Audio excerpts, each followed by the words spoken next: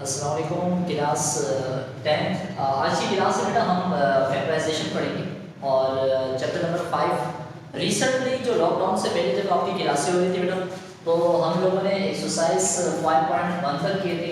आज की क्लास में बेटा नई एक्सरसाइज शुरू करेंगे 5.3 एक्सरसाइज, जो हमारे एग्जाम का हिस्सा भी है और इससे बेटा एग्जाम में आएगा भी 5.3 एक्सरसाइज। क्लास 10 हम ये चीज़ सीखेंगे फैक्टराइजेशन बेटा, फैक्टर बनाना। इससे बेटा मुख्तलिफ तरीके, आप कॉमन फैक्टर बनाते हो, आप एलसीएम लेते हो, आप मुख्तलिफ तरीके से फैक्टर बनाना सीखते हो इस चैप्टर में। आज की क्लास में बेटा 5.3 एक्सरसाइज है, इसमें हम बेटा नई चीज़ सीखेंगे। सर एक नया फैक्टर बनाना सीखेंगे। कौन सा नया फैक्टर होगा 5.3 एक्सरसाइज में? इसे हम मिडिल टर्म, जो इसकी मिड वैल्यू है उसका फैक्टर बनाएंगे बेटा। अब मिड वैल्यू को बेटा फैक्टर बनाना हमने सीखना है, समझना है। 5.1 एक्सरसाइज से बेटा क्वेश्चन नंबर 27 से क्वेश्चन नंबर 30 तक हमारे पास 5-6 सवाल थे, जिसके लास्ट की वैल्यू को हम क्या करते थे बेटा, फैक्टर बनाते थे, उसे दो हिस्सों में डिवाइड करते थे, फिर उसे इस सवाल पे अप्लाई करते थे। आज की क्लास में हम जो एक्सरसाइज शुरू करने जा रहे हैं 5.3 बेटा, इसकी जो मिडिल टर्म जो है, इसकी जो मिडिल टर्म से मुराद यानी कि दरमियान वाली वैल्यू, उसे बेटा आपने डिवाइड करना है दो वैल्यूज। तो इसमें तरीका ये है कि बेटा आपने सबसे पहले ये चीज़ सीखनी है कि हम मिडिल वैल्यू को किस तरीके से ब्रेक करते हैं, किस तरीके से हम उसको मज़ीद दो वैल्यूज पे डिवाइड करते हैं। इस सवाल में बेटा हमारे पास तीन वैल्यू है। क्वेश्चन में पढ़ता हूँ बेटा, फर्स्ट का पहला पार्ट है। फर्स्ट हमें क्या कह रहा है बेटा, रीसोर्स इनटू फैक्टर, आपने इसका फैक्टर बनाना है। पहले क्वेश्चन में हमें कह रहा है कि 2a² + a-1। अच्छा बेटा यहाँ a के साथ कुछ नहीं है, इसका मतलब कांस्टेंट 1 इसके साथ मौजूद है। अब मैंने 1 को दो हिस्सों में तोड़ना है और जो 1 है बेटा उससे पहले जो साइन है वो है प्लस। इसके लिए बेटा आपके पास ये है कि आपने फर्स्ट इन लास्ट यानी कि तीन वैल्यू आपको दी जाएंगी इन सवालों में। जैसे कि आप देख सकते हैं, ये फर्स्ट टर्म है, ये सेकेंड टर्म है और ये थर्ड टर्म है। हमने फर्स्ट टर्म की कांस्टेंट वैल्यू जो नंबर पर मुश्तमिल होती है, जो बेटा नंबर होता है, उससे हमने थर्ड वैल्यू यानी कि थर्ड टर्म के नंबर से मल्टीप्लाई करना है। जैसे कि हमारे पास इस सवाल में पहली जो टर्म है बेटा वो 2 है, कांस्टेंट नंबर की बात कर रहे हैं, और जो थर्ड है बेटा वो है 1 है।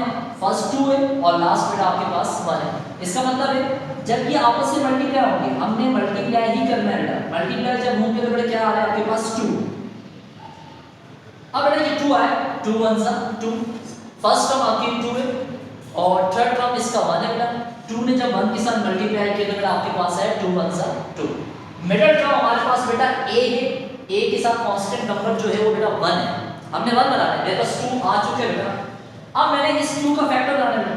2 का अगर फैक्टर मैं यूं बनाता हूं बेटा, तो आपके पास क्या आएगा, दो ही फैक्टर बनेंगे, 2 1 सा 2, इसका मतलब 1 1 सा 1 आ गया।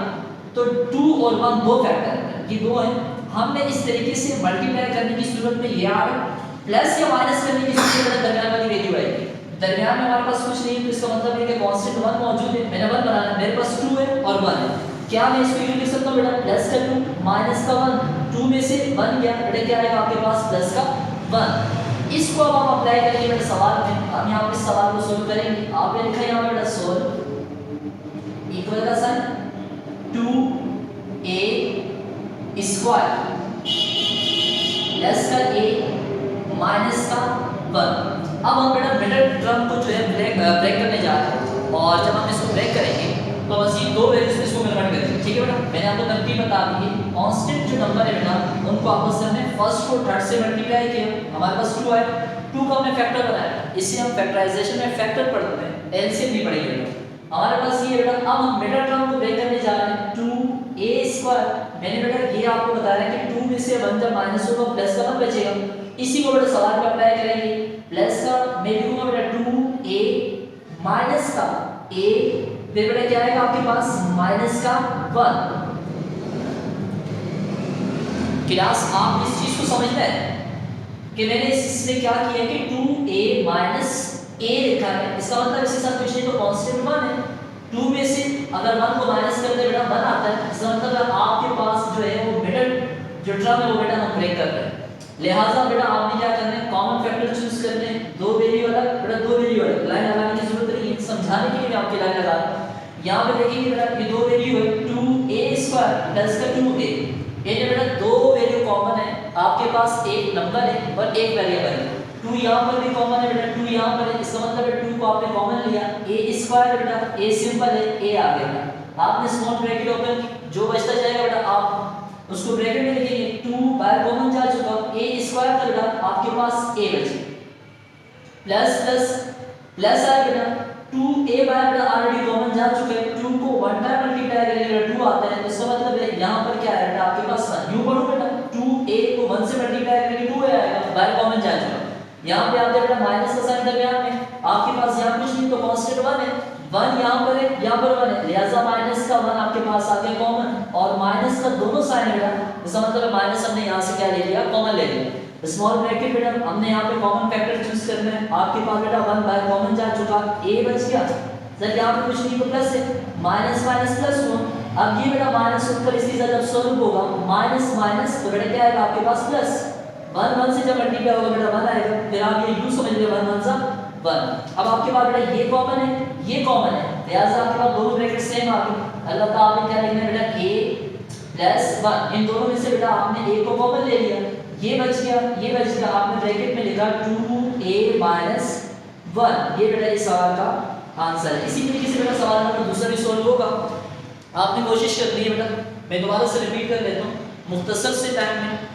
हमने आज की क्लास में एक्सरसाइज 5.3 शुरू की है बेटा, क्लास 10 आपका काम है बेटा रिसॉल्व इनटू फैक्टर, हम इसके फैक्टर बनाना है। फर्स्ट का बेटा पहला पार्ट है 2a² प्लस a माइनस 1, यहाँ पे बेटा इसके साथ कांस्टेंट नंबर जो है वो 1 मौजूद है, a के साथ जो नंबर है बेटा वो 1 मौजूद है, जो बज़ाहिर हमें दिख रहा नहीं है वैसे होता है। हम उसे क्या पढ़ते हैं, इसके साथ वेरिएबल के साथ जो वैल्यू है बेटा क्या है 1। अब हमने 1 बनाना बेटा, लेकिन इस एक्सरसाइज में हम फर्स्ट को थर्ड टर्म के साथ मल्टीप्लिकेशन करेंगे। अब बेटा फर्स्ट क्या थी, मेरे पास 2 था नंबर है बेटा, लास्ट क्या बेटा 1 है, इन दोनों को हमने मल्टीप्लाई किया, 2 1 से 2 आया। अब बेटा 2 का हमने फैक्टर बनाया, जब हमने 2 का फैक्टर बनाया बेटा 2 का फैक्टर 2 इसमें बनेगा 2 और 1।